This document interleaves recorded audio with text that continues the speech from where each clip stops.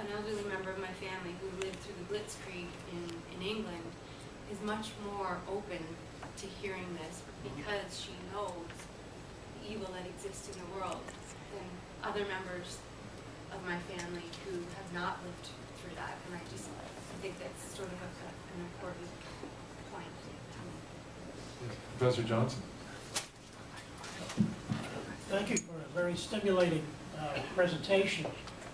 The tools of psychology can cut in both directions. And we know that the military has long had employed psychologists to act on their side of this equation. I wonder if you would care to comment on how we identify the misuses, let us call it, of psychology for malevolent purposes, and what we can do to defend against it.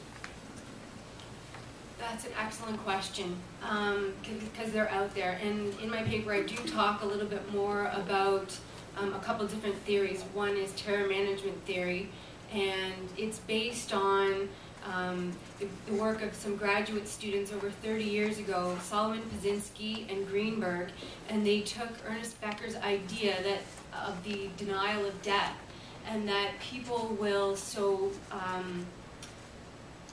people are so dependent upon their worldviews that they will just fight to the death to defend them, both psychologically and physically, and that there are psychologists that know this and they use these mechanisms, and I really focus on that one in response to 9/11, the terror management theory and this terror alert.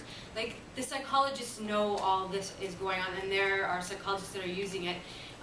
One book I would point to would be Naomi Klein's The Shock Doctrine, which goes into extreme detail of how it's done. But I would assume that it's out there and being used all the time. Thank you. We're a bit over time. Are we good, gentlemen? Okay. Thank you, Lori Manuel.